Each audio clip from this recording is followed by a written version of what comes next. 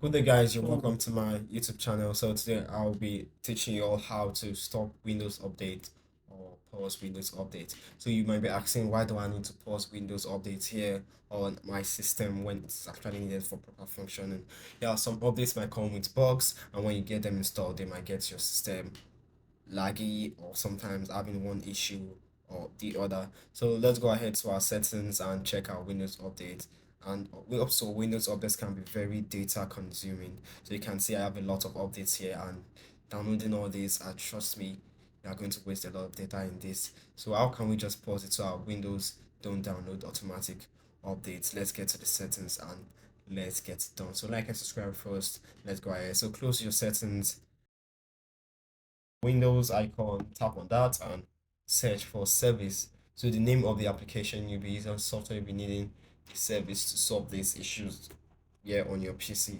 So go ahead, then locate update orchestrator service by just clicking on U on your keyboard, and you're going to find this. So you're going to be stopping this by clicking on enter, then try to stop everything here in your Windows 7. So you can right click on it and click on properties to also get to this stage. I'm going to change this from automatic to disabled. So make sure I change from automatic to disabled and click on stop. So once you've stopped your updates orchestrator service, it should not download updates automatically again. So I'm going to click on apply once this is done and click on OK.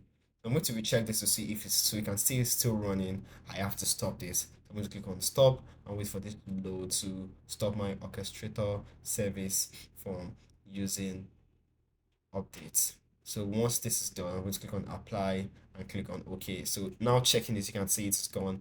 I'm going to go ahead also to locate Windows updates. So look for Windows updates and change this to disable and also stop it too. So this is the basic way you can actually stop all Windows updates on your PC. So after this, your PC should not download updates automatically. It's going to stop all updates here. So like and subscribe to my YouTube channel. Thank you very much.